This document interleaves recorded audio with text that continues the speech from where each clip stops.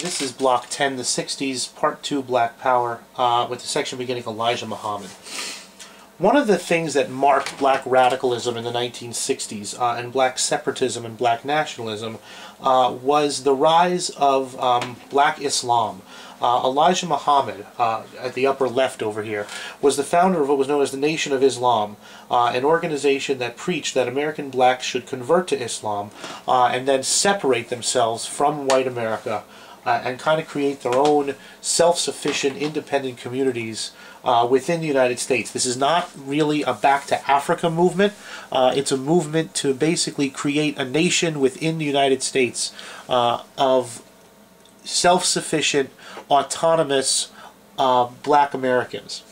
One of, or the most famous of Elijah Muhammad's followers was Malcolm X. Malcolm X was born Malcolm Little, and he changed his name to Malcolm X when he converted to Islam in recognition that, you know, his old African surname had been taken away from his family when they were brought to the United States in chains as slaves back, you know, in the 16th century or 17th century. He was inspired by Elijah Muhammad. He was his most famous disciple, and he preached that blacks and what he called the blue-eyed devils, white people, could never get along and never live in peace, and that white people were irredeemably racist, and black people were really stupid for believing that white Americans would ever give them any sort of equality. He explicitly rejected Martin Luther King's peaceful Christian worldview, and he said, as you're going to read in one of your assignments, you know, who ever heard of a revolution where they lock arms singing, "We shall overcome"?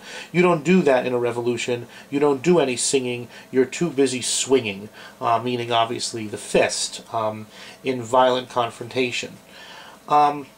You'll get a good sense of what Malcolm X believed and why he was so powerful and why he was so popular, especially among younger blacks, when you read, you know, his an excerpt from his own writing when you do your work in Block 10. Now, it has to be said that at the end of his life, Malcolm X began to soften his views, but where he would have ended up really is unknown. He was assassinated by a rival faction of the Nation of Islam in 1965. And his softening at the end of his life kind of got lost. That, you know, Malcolm X became a symbol in the more radical late 1960s. He became a symbol of black nationalism, black separatism, and the fact that blacks and whites could not ever get along.